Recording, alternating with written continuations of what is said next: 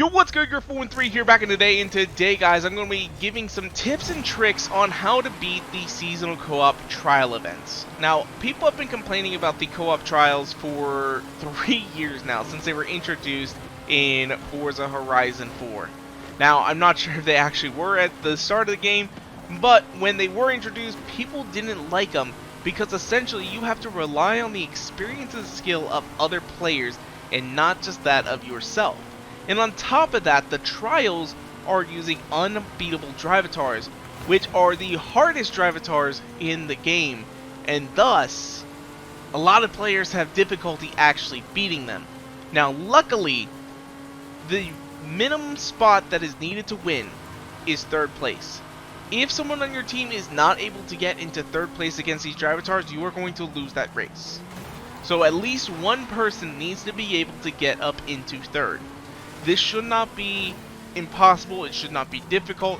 One person should be able to, but if you get in a race and no one is able to get there, probably just want to go ahead and quit and restart, because there may not be that much hope.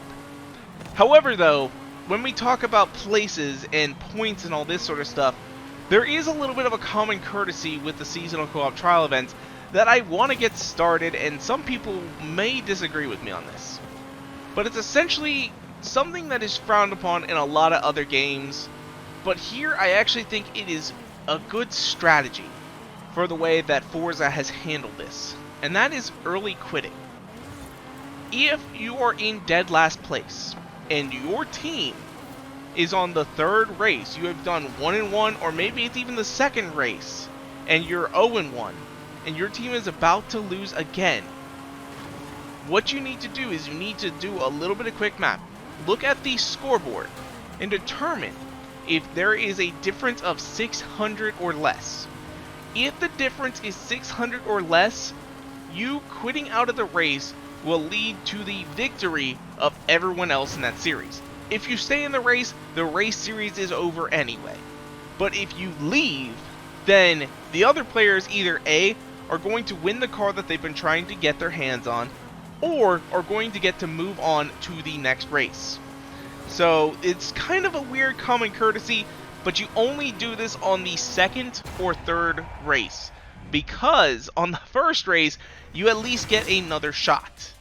So it is always possible that maybe there was just some weird strategy or something just really went wrong in the 1st race and things got messed up, and you'll be able to make it up in the 2nd and 3rd race. So don't do this in the 1st race, do it in the 2nd and 3rd race. If the difference is greater than 600 points, you might as well just stay, get your experience, try it again.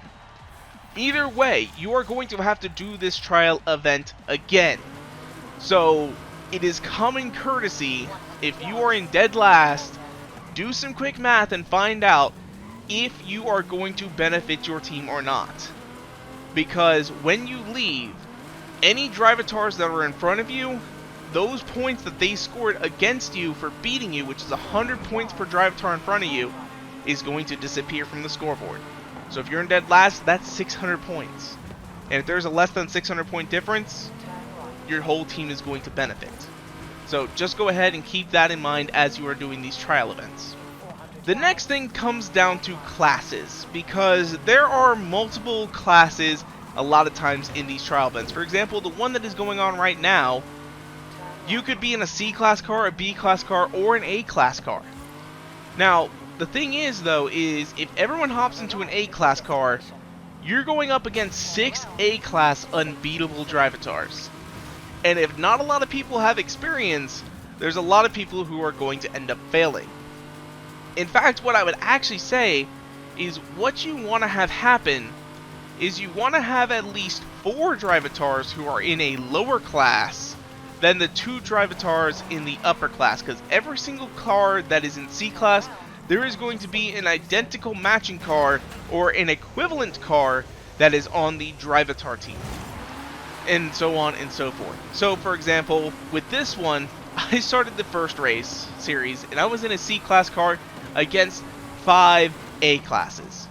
So I had to try and beat 5 A classes in a C class, and that's just not going to happen. So on the 2nd lap, I realized I was only scoring 100 points for my team, but I was losing 500 points for them. So it is actually going to benefit me and the team if I just went ahead and left. If I quit early, because then essentially they get 500 points that they get to work with. And it ultimately benefited the team and led to them probably winning that race. Because I did the math before and there was about a 300 point difference. And so me leaving actually gained them an extra 200 points that they could work with, which is one whole position. Then I went into the next race. Alright. This time I got myself an A-class car and we had 2 C-classes as well that were in it. One of those C-classes decided to remain the whole race and ended up costing us the race because he got dead last every single time. But because of those C-classes, every person that was in an A-class car got a free 200 points essentially because they were able to beat those C-classes car every single time.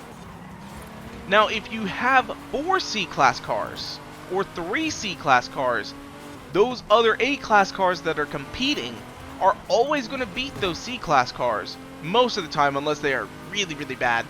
And that's essentially going to be a free 400 points or 800 points or free 900 points if you have 3 of them. So if you have 3 C-class cars and 3 A-class cars, there's going to be a huge benefit. But if you have really, really good drivers in the lower classes, what is ultimately going to happen from that is they're going to be able to score more points in those lower classes, while even though the people in the A class might not be so good, as long as one of them is able to get up into 3rd place, which if you've got 3, you're automatically guaranteed a 3rd place, or if you've got 4 C-class cars, one of those A-class cars is probably going to be in 3rd place, and it's pretty much guaranteed. But as long as one person can get up there into 3rd, there is a higher chance that you are going to pull off that victory by having more cars in a lower class than are in a higher class. Now if you have a bunch of really good drivers in the upper class who can score a bunch of points, that's a different story. But it's not always guaranteed. In fact, a lot of times what I like to do is go and help people with these trial events.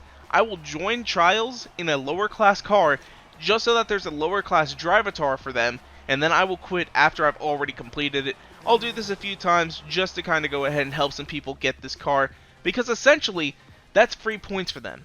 You know, they don't have to worry about me being in dead last losing points for their team, but they also don't have to worry about a couple extra cars in the drivatar lineup. So there are some benefits to having lower class cars and choosing lower class cars in these seasonal trial events.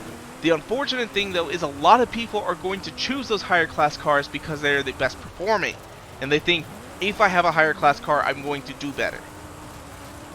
Maybe think about choosing a lower class car that's going to handle better, especially when you get up to like S2 and S1. Those cars can get a little bit more squirrely at high speed. So choosing an A-class car that you are better equipped to drive might actually be beneficial, and you might even be able to score more points. And also, don't ram people. Like seriously, when you're in the trial event and you see a teammate, don't necessarily try and pass them unless they are really, really slow and you can get past them safely. Because if you pass them and you crash them, that's going to be more detrimental to your team than it would be if you had just stayed behind them. There have been a lot of times when I've been in races and I've been in 2nd place or something like that, and I could have easily gotten into 1st, but I might have ended up crashing out the person who's in 1st place. So I just lay back on the throttle, keep my 2nd place, because I don't want to risk having the guy in 1st crash out because I'm putting too much pressure on him, and then ultimately we all end up losing. We all end up losing because you got a little bit greedy with your positions and you tried to win. And there's going to be a lot of times where basically, you know, you're going to be like in 5th place and you have everyone else in front of you is on your team. You're just going to have to eat it. I hate to say it. I mean, you can race a little hard to try and get like 4th or 3rd or 2nd or 1st even, but sometimes it's better to just eat it. That way you can move on and be done with the trial. And my final tip is going to be, after people complete these trial events, go back and do them a couple times and just quit out at the 1st race. And like I was saying earlier, just get into a lower class car, the lowest class car that you can find, and then quit out as soon as you get into the race. Because that ultimately is going to help the other team, and it's going to benefit you. It's going to benefit that whole team, and it's going to allow people to get that car easier. Now, that's going to take some actual effort, and it's going to take some officiating, or not officiating, I don't know what the word is, but it's going to take some finessing, essentially, because people aren't going to do that. We are humans, we are selfish, and once we get our car, a lot of times we're done.